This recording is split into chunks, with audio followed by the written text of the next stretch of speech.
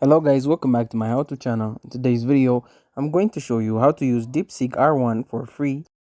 So let's get started. First, type deepseek.com into the search bar and the main page will appear.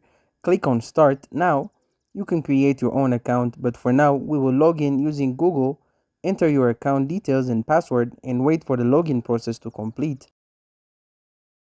Once you are logged in, you will reach the main dashboard where you can chat with AI, search the internet, and even upload image. Let's test it by asking. Then after we ask it, we have to wait a while for the AI to write the answers. This way, you can use the AI for various tasks, whether for schoolwork or just for fun. And that's it. Thank you guys for watching this video. If this video was helpful, don't forget to like and subscribe to my how-to channel.